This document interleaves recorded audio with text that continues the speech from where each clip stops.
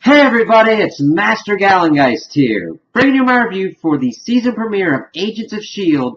Orientation Part 1 and Part 2. So, it was pretty cool that we got 2 episodes to premiere Agents of S.H.I.E.L.D., and I think they did a really good job of setting up at least what this arc of the season is going to be about, because a really cool thing that they did last season was kind of arc up what was going on. So, I'm assuming that this one will follow a same kind of pattern. So we start off and we get this weirder kind of opening where we see this dude kind of going around doing his house and all that kind of stuff. But it's really kind of freaky once we really start going into it. He's like swimming in a pool. He gets into his fridge, which we see is just full of bottles of some kind of liquid. And he gets into the shower and it's like, oh, he's taking off all this stuff, but then he removes his skin. And we just see the silhouette of this kind of alien visage. And I'm just going, okay, what kind of alien is this? And what's going on here that he's so partial to liquids? So we then see him kind of ramp up and get into the timeline of what happened last season of all the team at the diner, and then this group coming in to take them. And we see that he gets in there with the team, and everybody is like temporarily frozen. They're like wheeled out in kind of bags and all that. We see these guys kind of like talking and shooting the breeze while this is going on. But then we get into it. They talk about that they've left one of the people behind. And as we learn later on through the episode, this is Fitz. So that presents some interesting kind of dynamics if we are going to be seeing anything from Fitz's perspective, since this episode is heavily focused on the team that is taken away. So they're kind of like getting woken up and all that, and we see another monolith. Now granted, this is somewhat different than the previous monolith, looking more white, having kind of red stripes, and it liquids out and kind of takes people one by one as they're like presented to it.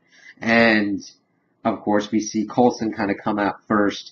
He's kind of in a place where he sees this dude getting sucked out of this breached window in space, but it takes a little bit for time to be caught up. So Coulson kind of grabs it, everything's down. We see 2 guys arguing about what's going on, and then Coulson's like, hey, I'm here! And they're like, whoa, whoa, whoa.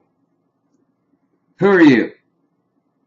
And he's like, some people just talk to me about what's going on, while the one dude's like, I'm not here, I'm done with this, I'm leaving. And then he gets like killed by an alien, while the other guy in this kind of orange jacket picks up the gun and everything and goes, oh my god, you're Coulson. Oh, we gotta this is kinda cool. And he's like, slow down, explain everything to me like I'm a child, like I'm a foreign child. It's, yeah.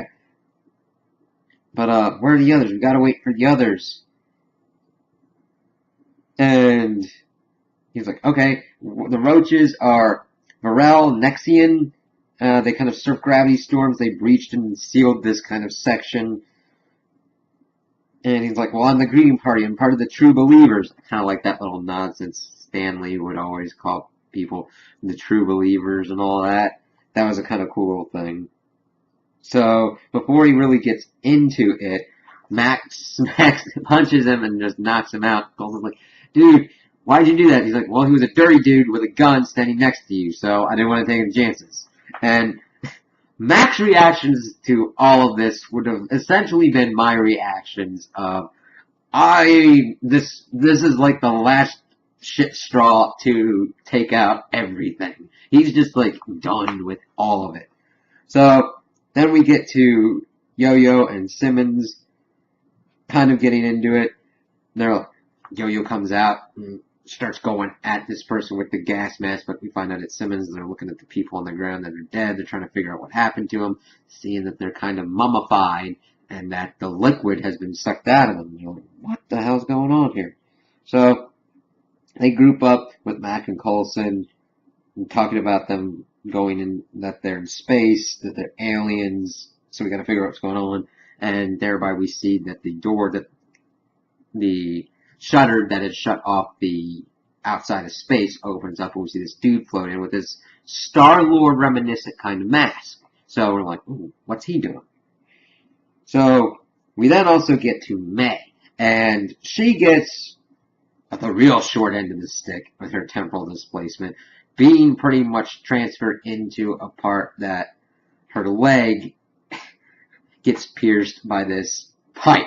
So she has to jimmy herself out while having her leg wounded in the process. That really sucks. So she hears like the aliens in the distance and everything, and then when she's working her way and getting that kind of figured out. Meanwhile, the rest of the people are kind of figuring out their situation. Coulson doesn't have his gadget hand, which Mac and the rest of them are kind of berating him for. Mac's like, you should have at least had a hook. At least a hook would have been useful. You could have stabbed stuff and everything. Yo-Yo's like, yeah, you've got a lot of things in that hand. He's like, listen, I'm not Inspector Gadget. And anyway, I thought we were going to be arrested and they were going to confiscate it, and I didn't really want to go to prison. Down an appendage. And once you hear it explained like that, you have to side with Coulson. Yeah, you would really just want to have all of your appendages not be screwed over like that. So they keep trying to figure out what's going on. Let's see here. Simmons and them are like, listen, we gotta use science to figure out what's going on. Trying to figure out where they are. Deep space, outpost. Fury didn't have anything in his black box. Yo-Yo asked if there's a shield division like spear or anything. I love the allusion to sword, but Coulson shakes his head. Says, no, there isn't one like that. And Yo-Yo's like, huh, I thought you guys would have had something like that. And who knows? Maybe if this involves different kind of things going on, because we don't know what's completely happening at this point, that could be something that would be developed later on. So Virgil kind of wakes up, tries to get him. And they want Virgil to talk, but he's not awake at this point. They get this one thing out of his jacket, which turns out to be a key later on, and a postcard from Earth looking at it. So we then get back to May. She's hiding because she's hearing some stuff going on. Virgil wakes up, knows everybody, knows Matt's full name, that they're there to save everybody. And they're just trying to figure it out and just like, what's going on here? Like, why are we here? And you studied us for years? And he's like lamenting the fact that Fitz didn't get to come with them. And he's kind of geeking out, but before he's able to explain everything, he's killed by one of the roaches. And of course that starts chasing everybody. They're trying to shoot at it, but of course Daisy pops up and quakes it apart. And everybody's kind of reunited at that point with that group.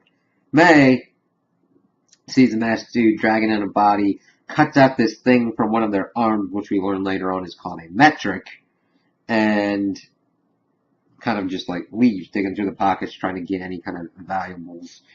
And of course May comes up, but then he pops up and he's like, I've been looking for you, and then they get into kind of a fight. And May, of course, still puts up a good fight, even though she's injured. And he's like, listen, I don't want to hurt you. And he uses this device to stick her to the wall. And he's like, I was not prepared for that. You pack a big punch. And she keeps like swacking at him, and he's like, alright, let's stick with the first impressions. So Daisy and the team are still trying to figure out what's going on. Daisy's thinking this could be one of the bargains with the Ghost Rider, and Coulson's like, no.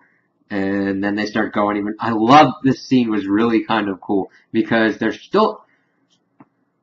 trying to figure out what's going on, and they start going through all the scenarios that they've gone through. They're like, okay, could this be related to magic/Ghost Rider kind of stuff? I don't think so. Okay. And Max still was kind of convinced that it would be magic at that point. Couldn't do anything. Then they're like, is this even reality? Could we be stuck in the framework? And everybody's like, no, do not get us into that. Do not get us into that. If that works, my brain's gonna explode. And they're just going, alright, well, Daisy's like, May got in here too. I was the last one through. We gotta go find her, so let's split up. This got to a funny bit where Mac's like, nuh-uh, we're not splitting up. This is an alien kind of horror movie, and whenever someone says that, that's when people get picked off, and you know who the first to be picked off is. And I've totally been agreeing with Mac. He's like, no, we are sticking together, and he's following the horror movie rules. It's like, nope, we stick together. So they go off in one giant group. Coulson saying like, oh, this is probably the coolest we've ever looked. And it was just funny, but also spoke to the severity of their situation and that they don't know where they are. They don't know their surroundings. They don't know what they can deal with because they've got two superpowered individuals with them, but they don't know if there could be an army of those aliens around the next corner. So they use Yo-Yo to kind of scout out. We see that the masked guy puts out a flare to make sure that the roaches stay away, and pretty much gets May to he puts into May the thing that he took off a metric, and that was like, whoa, okay, that's kind of weird. So of course the rest of the team get to the flare, go into the door, and are trying to get into the computer system, but it says human access denied. So whoever is running this is not human, and humans are secondary in this. So while that's going on, the Kree come in and capture them. And that presents a big, interesting issue if the Kree are in charge. Because they view a lot of races as inferior to themselves. They have a big superiority complex. And it seems to keep continuing with this. So they wake up in a cell, and we see that the Kree are talking outside, interested in the removal of their metrics. This guy, Cassius, who's evidently the one in charge. We see that Mac and Yo-Yo are pretty much by themselves, by the Kree. They're pretty much going to torture them, just for their own amusement. And while this is going on, May and the masked dude he brings them to the cell, and plays this kind of dumb act going on, saying, hey buddy, what's going on here? Where's Virgil? He's like, well, he's dead. Oh, okay, wow, he must have scammed us out of tokens and everything, so, these guys are transfers and all that, if you just let me take them out, you come by the gallery later, I'll make it worth your while. So he gets the guard to kind of let him go with May, Coulson, Simmons, Daisy, and they kind of just were gone. So while this is going on, Mac's getting pummeled, and one of the other Kree goes, alright, you know what? I think he'd be best used for Cassius. We get him for points and all that. So they start moving to torturing Yo-Yo using this ice kind of coolant vent. They kind of break it and start using it to freeze her hands. And of course, while this is going on, Coulson and crew are trying to figure out what's going on. The masked guy is going, well, this was a job. He was more of an acquaintance. You don't have any metrics. I don't know what's going on. You guys attacked a creeper, and they're probably going to kill him. So this is where they kind of branch off. They want to get to the trawler, and Virgil's like, well, he said that Virgil was the only pilot. My name's Deke. And they kind of split up with May and Simmons going to the trawler to kind of figure out what's going on.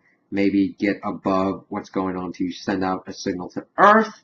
While Coulson stays put because Daisy's like, listen, I can fight. We don't need to lose our leader again, so go and do that.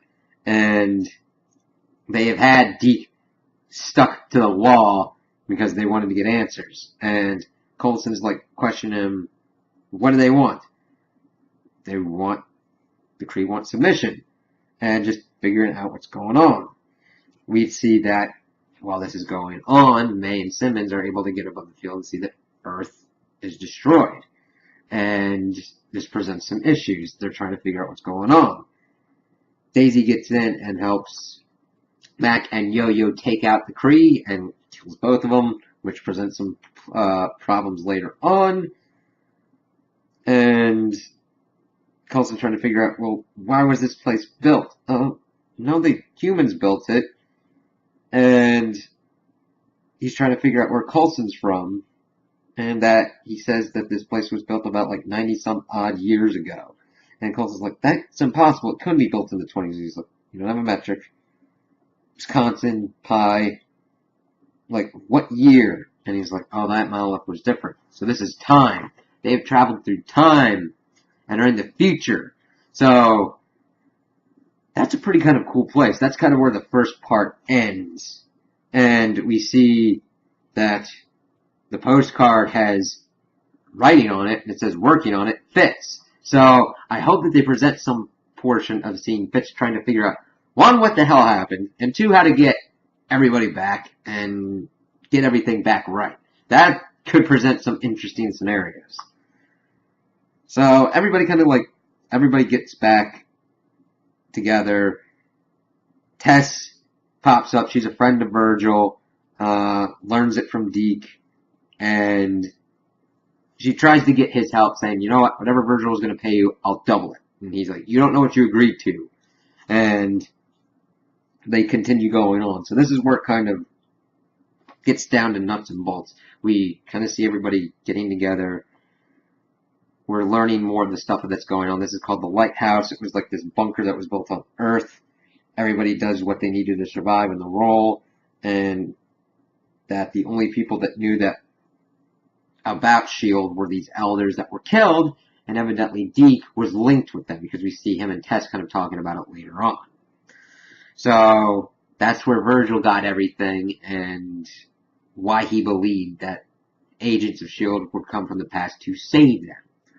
So this is where they kind of split off. We see Tess go off with Coulson to Virgil's room to find some clues about what he knew. Daisy goes to tell Deke to figure out his whole thing because she knows he's running a scam and got to figure out what it is. And May and Simmons are kind of in the mess area figuring out kind of what to do. So Coulson talks with Tess. They go by this guy named Grill, who was wanting to know why the trawler was taken out. This leads them to talk a little bit and saying that Tess owes him double with our next shipment. And they go off, they get in there. We learn a little bit more. She liked Virgil, but Virgil liked her more, but they still had a friendship.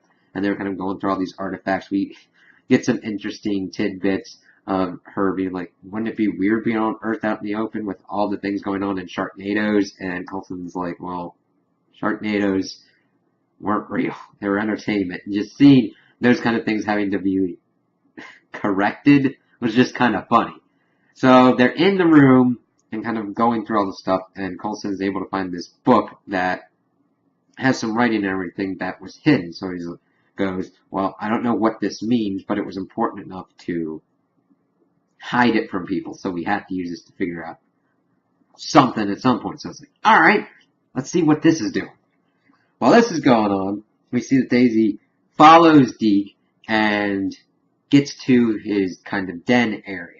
And we see people in a it's similar to an opium den, but we don't know what's exactly going on at first.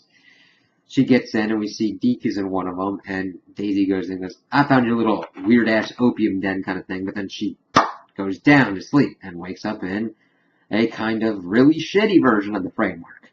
But that's because Deke had to redo all the software and everything himself, saying, well, pull up a chair because he went to a bar and all that, and she went to follow him and figure out what's going on. So we're talking about everything, how it's kind of pointless to try and get humanity out from under the thumb of the Kree. That nobody's got any military training because that's what they're talking about in the mess area. And him showing what happened to Earth, how it's really completely busted apart.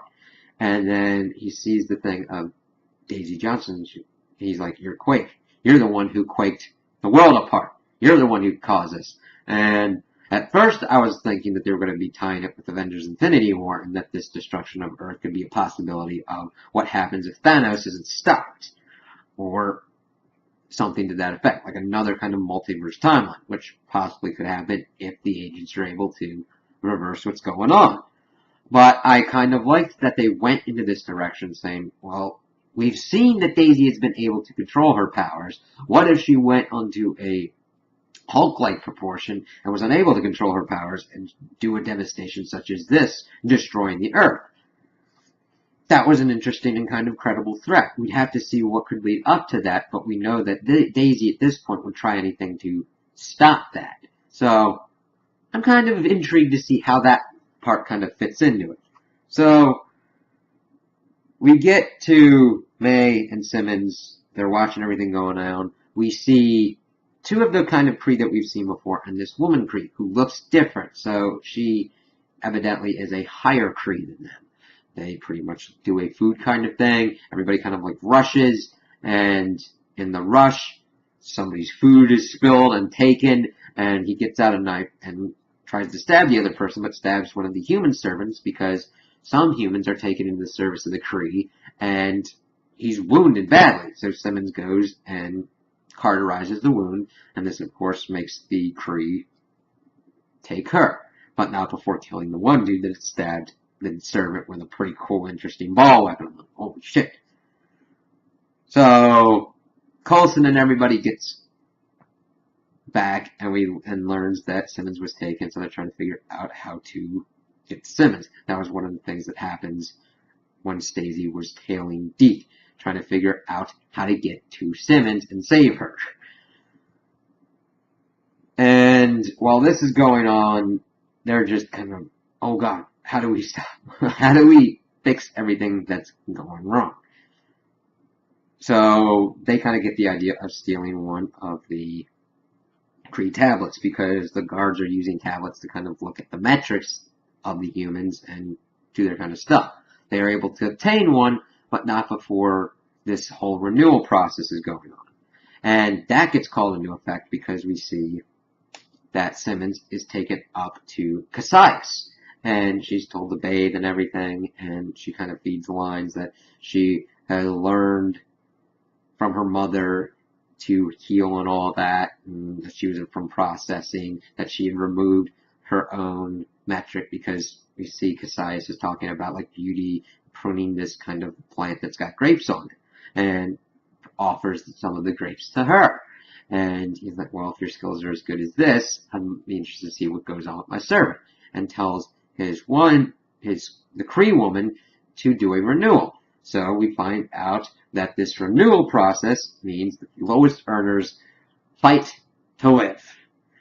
If it flashes red, they go for any kind of weapons possible and try and kill other red ones' life to keep their own lives. This one dude's running around with a shotgun.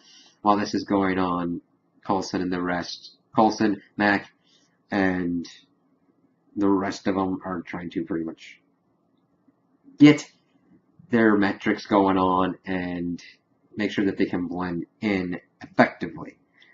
So they get to Gil, they get it all together, they give him the tablet. The one shotgun dude gets to him as they are kind of stuck to the wall with Coulson, Mac, and Yo-Yo, and the one dude with the shotgun mainly wants to go for Grull because he owed him tokens that would have kept him from being part of this. So, they're like, no. And he's like, hey, I left you guys out there too. I left you lives, and he's about to do it. But then, of course, May comes in and kicks his ass and does it pretty well. Injured May doesn't give a shit. She can kick some ass. And, of course, she just arms him and throws him to one side, but Tess shoots him to kill him, and she's like, a life for a life kind of thing. So, the Kree guards come in at the end of this. They get unstuck from their metrics, and Grill pretty much covers for them since they're unformatted because he was doing kind of diagnostics on them, reformatting them, and that they've been transferred to his work detail because they have a sizable debt. and it pretty much saying that you belong to me now, pretty much, and that you got to play by my rules. And if you don't, I'll call the watch commander. And everybody's just, wow, this is really screwed up. So we get back to Simmons. We see that the servant is on his feet and everything. And she's like, you shouldn't be on your feet. He's like, yes, it's a testament to your race that you're up here and everything. And just seeing his condescension is just crazy. He presents an interesting character, and I really look forward to seeing what they're going to do with him, because I don't know. He is an antagonist at this point against our team. I don't know if he will be the antagonist.